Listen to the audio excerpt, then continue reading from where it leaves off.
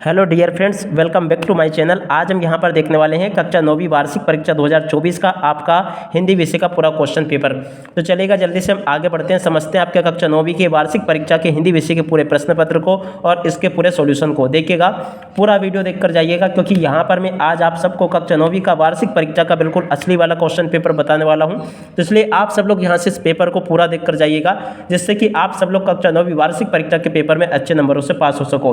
पूरा का पूरा एकदम रियल वाला क्वेश्चन पेपर हमारे पास में आ चुका है और आज मैं यहाँ से आपको पूरा का पूरा क्वेश्चन पेपर सॉल्यूशन के साथ में बताऊंगा। एक भी क्वेश्चन यहाँ से आपका मिस नहीं होगा अगर आपने पूरे पेपर को अच्छे प्रकार से देख लिया तो देखो, इस प्रकार का पूरा आपका क्वेश्चन पेपर होगा। यहाँ से आप सब लोग इसको देख लें और पूरा का पूरा समझ लें। देखो, आपके पेपर का कोड ये रहेगा, कक्षा 9वीं वार्षिक परीक्षा 2024 का आपका ये हिंदी विषय का पूरा क्वेश्चन पेपर है, जो कि आपका देखिएगा, ये पूरा का पूरा क्वेश्चन पेपर आज मैं यहाँ से आपको बताने वाला हूँ। टोटल क्वेश्चन आपके पेपर में 23 पूछे जाएंगे और 75 नंबर का पूरा आपका क्वेश्चन पेपर होगा। कुछ इस प्रकार का क्वेश्चन पेपर आपको परीक्षाओं में देखने को मिल जाएगा।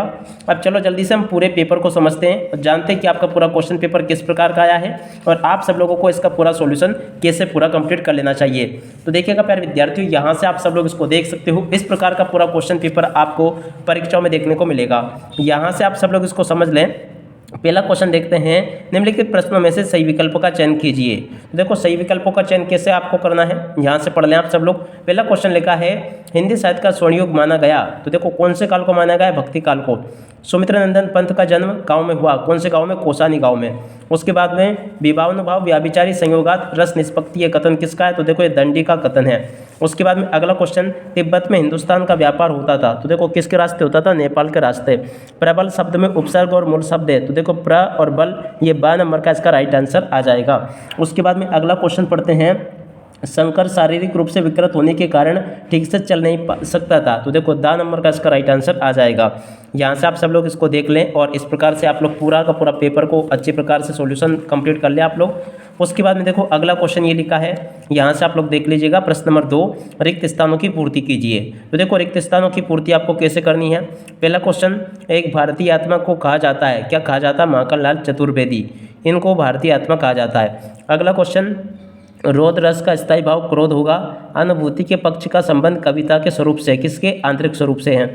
सांस्कृतिक अस्मिता से आशय है हमारी पहचान, कैसी पहचान? सांस्कृतिक पहचान। अन्य भाषाओं के संपर्क के कारण हिंदी में आने वाले शब्द कहलाते हैं। तो देखो, इनको कहते हैं विदेशी शब्द। उसके बाद में लेखिका मृदुला गर्ग की नानी के मन में की आज़ादी के प्रति जुनून था, काय के प्रति? देश की आज़ादी के प्रति जुनून था। तो यहाँ से आप सब लोग इन क्वेश्चंस को देख लें और अच्छे प्रकार से पूरा समझ भी लें। उसके बाद में देखो प्यारे विद्यार्थियों, यहाँ से आप लोग इन क्वेश्चंस को भी देख लेंगे। प्रश्न नंबर 3, जिसमें कि आपकी जोड़ी पूछी गई है। जोड़ी का मिलान आपको कैसे करना है? बच्चे काम पर जा रहे हैं, इसकी जोड़ी मिल जाएगी राजेश जोशी से।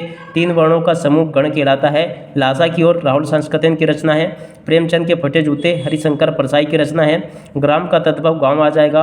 रीढ़ की हड्डी जगदीश चंद्र माथुर की ये रचना है। ठीक है ना? तो यहाँ तक का पूरा पेपर आप लोग इस प्रकार से देख लो और पूरा का पूरा इसको समझ भी लो। उसके बाद में देखो प्यारे विद्यार्थियों, यहाँ से आप सब लोग इनको देख लीजिएगा। यहाँ पर डियर फ्रेंड्स, आपसे इस प्रकार के एक शब्द या फिर एक वाक्य में उत्तर पूछे जाएंगे। तो देखो, पहला क्वेश्चन पढ़ते हैं, क्या लिखा है, ज्ञान की तुलना किससे की गई है? तो देखो, हाथी से की गई है। ज्ञान की तुलना किससे की गई? हाथी से। स्थायी भाव को जागृत करने वाले कारक को क्या कहते हैं? इनको विभाव कहते हैं। साहित्यिक प्रत्यय किसे कहा गया? प्रेमचंद को।